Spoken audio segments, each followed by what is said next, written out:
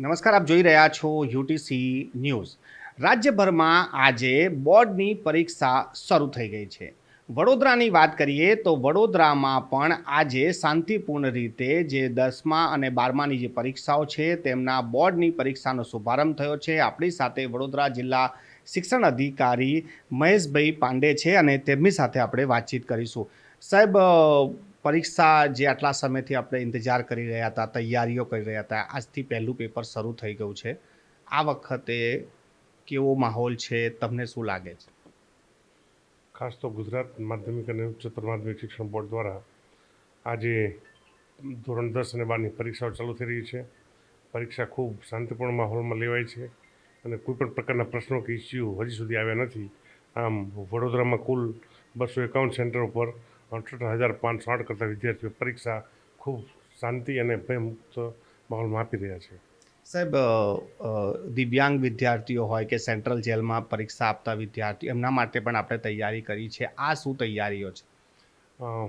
આવા જે દિવ્યાંગનું આખું સેન્ટર જ અલગ હોય, બાળકોને ત્યાં સરળતાથી ફેસિલિટી એમને મળી શકે, એમને અનુકૂળ લઈ હોય તો લઈ આપવામાં આવે છે।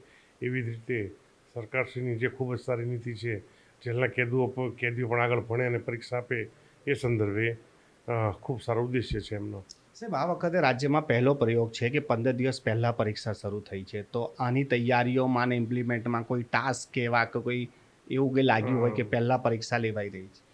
સરકારશ્રી દ્વારા ખૂબ ઊંડાણપૂર્વક અભ્યાસ કર્યા બાદ જ સમગ્ર ઝોન નક્કી થતા હોય છે અને ઝોનના આધારે એ જ પ્રમાણે સમગ્ર વ્યવસ્થા, વહીવટીતંત્ર, એસટી તંત્ર, આરોગ્ય તંત્ર તેમજ વીજ પુરવઠા માટે વીજળી વિભાગ, સાથે સાથે પોલીસ વિભાગ પણ ખૂબ સાથ સહકારમાં છે। આમ સૌનો સહિયારો પ્રયાસ બાદ જ આપણે આ ભગીરથ કામ પાર પાડી શકીશું। Thank you.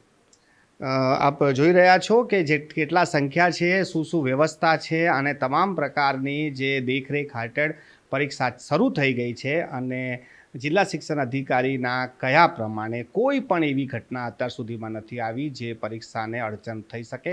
શાંતિપૂર્ણ રીતે આ પરીક્ષા થઈ રહી છે।